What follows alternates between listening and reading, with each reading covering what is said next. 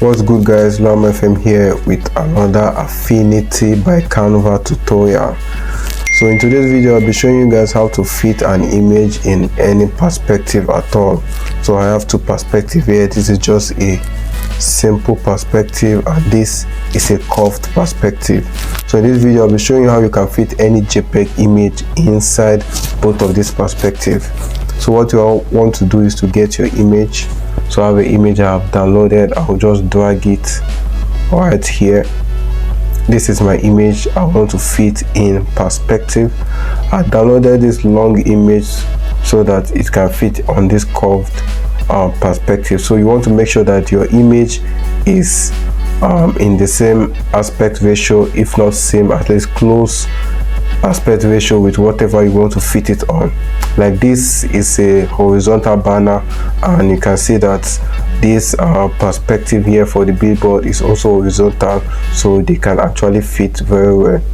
So what I'll do is I will duplicate this my image. You can duplicate an image on Affinity by Canva by just holding down your control and then you drag the image. It has been duplicated into two. So that's basically it. So I want to drag these other ones outside of my canvas for now, and then I'll align this first one in the middle.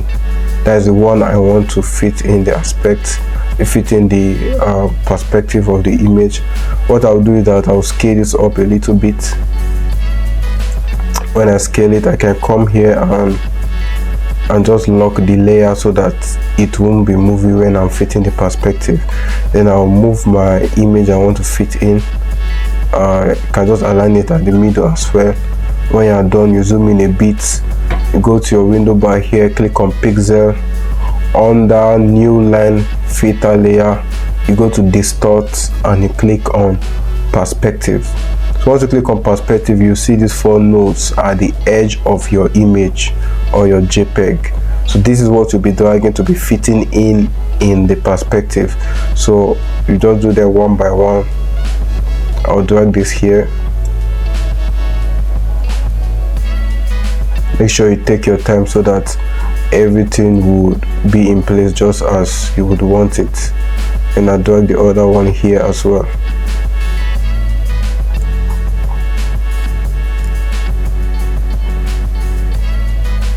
And I drag this one here, and I do for the last one.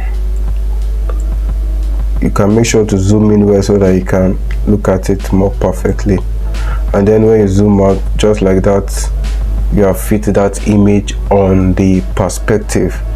So you can unlock your layer, you can unlock the image and maybe group them together.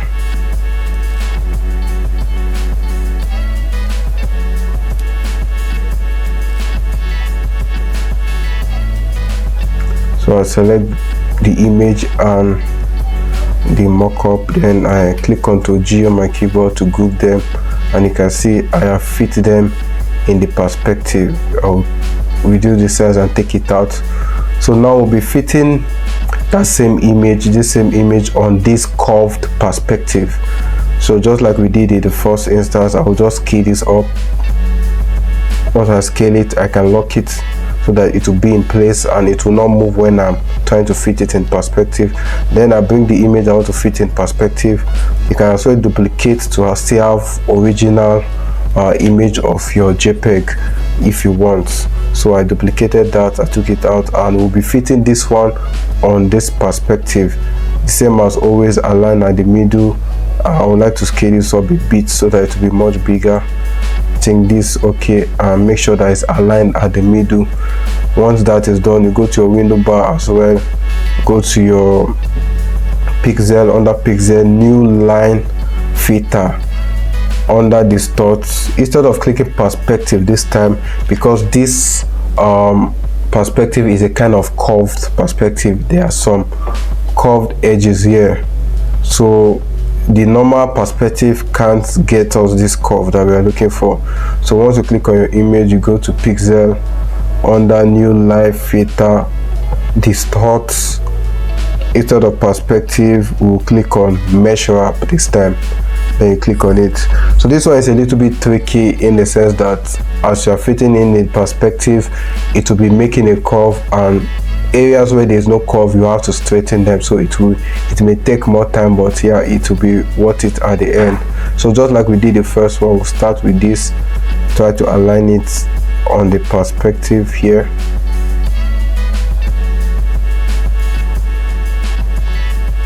So look at what I'm saying, as we align that, it made a curve, but don't worry, we'll fix that. Then we'll drag this here as well.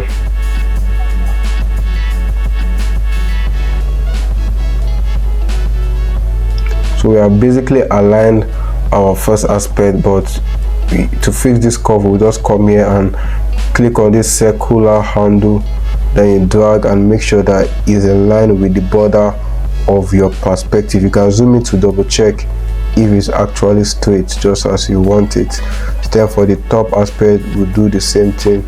We click on the circle handle here.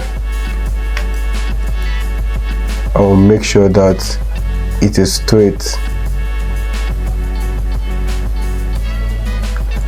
just like that.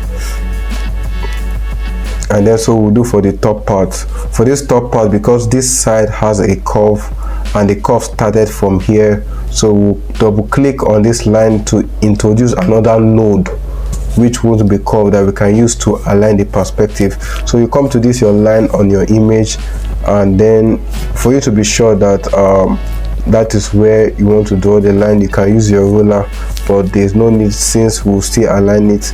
You can just bring your mouse down and then you double click. Once you double click, you take this one up to where the curve actually started. So once it's up, then you align the other parts to make them straight, just as we do the first one. You drag the node here, come to the top part, and also drag the node here. So for this one now, we are having a bit of an issue because this side is straight and this side is giving us issue to be straight, and when we try to straighten it, okay, yeah, it's already straight. So that's it, we have curved this part and this part. So over to this part, we introduce another node here because this part is curved.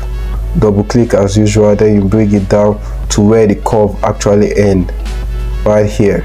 Then you curve this part out to fit in the curve, just like that. So this is basically what we are going to be doing for the rest of the perspective to fit it in place. So I'll just continue this process in a time lapse.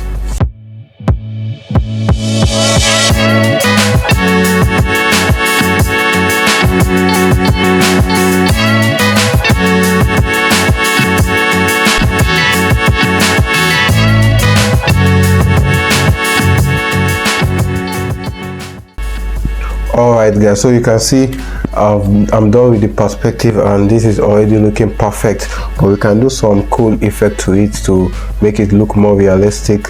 So for this part that is bent, we are going to be adding a kind of effect to show that it's actually a screen and it is bent. So to do that, we are going to be adding a vector line here.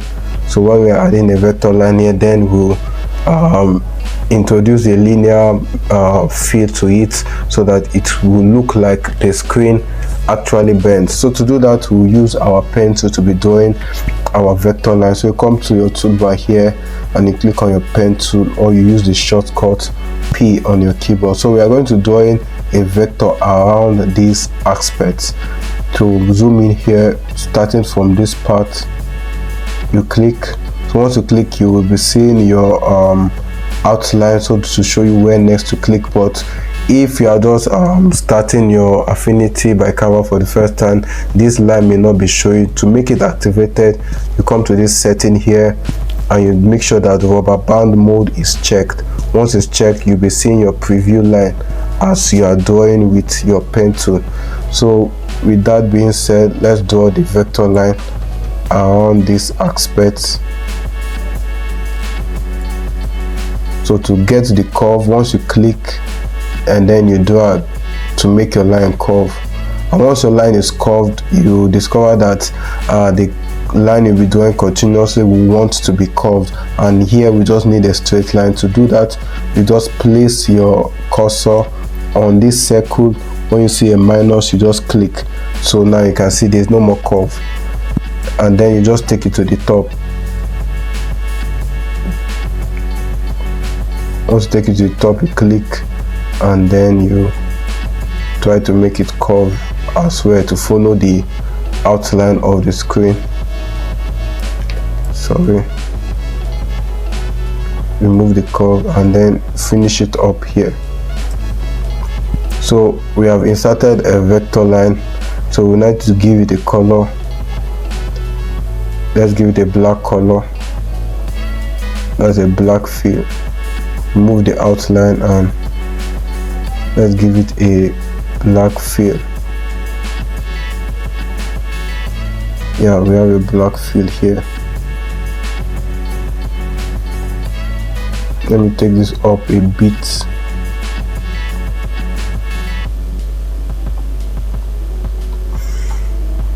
So since we have our black fill, it's time to add the effect. So we'll be using our gradient tool or our feed tool here. Once you click on it, then you click and drag.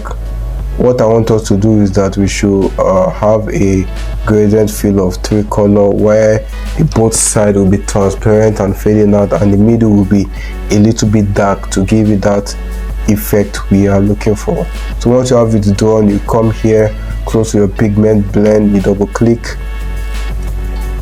Once this window is open, you double click at the middle to add another mesh fill.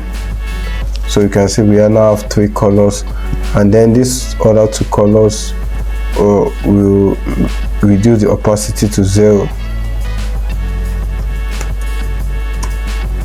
Do the same thing for the other edge. Make sure that the opacity is 0, and then we can adjust the rest of our gradient fill. Let it be at the middle of where the screen is curved. Then we can kind of fade it a little bit.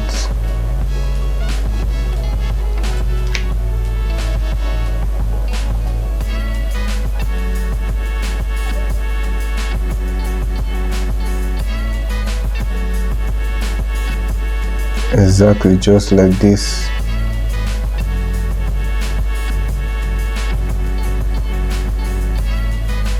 Then we'll make the color a little bit transparent. Let's say about 50% transparency. Okay, let's increase it a bit to maybe 60. I think that's okay. So now when you zoom out, you can see the effect is there. So guys, that's how you fit in any image or JPEG in a perspective in the Affinity by Canva app. So when that is done, you can just group all your images together. That's Ctrl G, and then you can resize it. You can basically do this with any image that you find online. So yeah, if this video was helpful, kindly leave a like and a comment, and if you know any other better way of fitting an image in a perspective in Affinity by Canva, do let us know in the comment section below. Thank you guys, and I will see you in the next. Peace out.